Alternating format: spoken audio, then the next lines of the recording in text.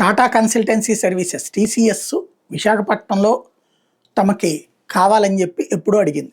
Infosys TCS ఇద్దరు అడిగారు, దానికి ప్రిపేర్ చేశారు. ఇన్ఫోసిస్ ప్రారంభించేసింది కూడా. అప్పుడే రావాలి లెక్క ప్రకారం. నా వీడియోలు ఫాలో అయ్యే వాళ్ళకి 3 years బ్యాకే చెప్పాను నేను. సరే, ఇప్పుడు టీసీఎస్ వచ్చేటప్పుడు మళ్ళీ ప్రభుత్వం మారింది. ఈ లోపు ఇప్పుడు వస్తుంది ఏదో 22 ఎకరాలు మొత్తం కలిపి 99 పైసలకని, ఎకరం 99 పైసలకని, జీవోలనేమో మొత్తం కలిపి 99 పైసలు ఓ రకంగా ఫ్రీగా ఇస్తాం. అయితే అవన్నీ తీసుకుని వాళ్ళు కన్స్ట్రక్షన్ బిగిన్ చేసి అంతా పూర్తి చేసుకుంటే ఓ 4-5 ఏళ్ళు పడుతుంది. అప్పుడు పేరుకి మాత్రమే ఉన్నట్టుంటుంది.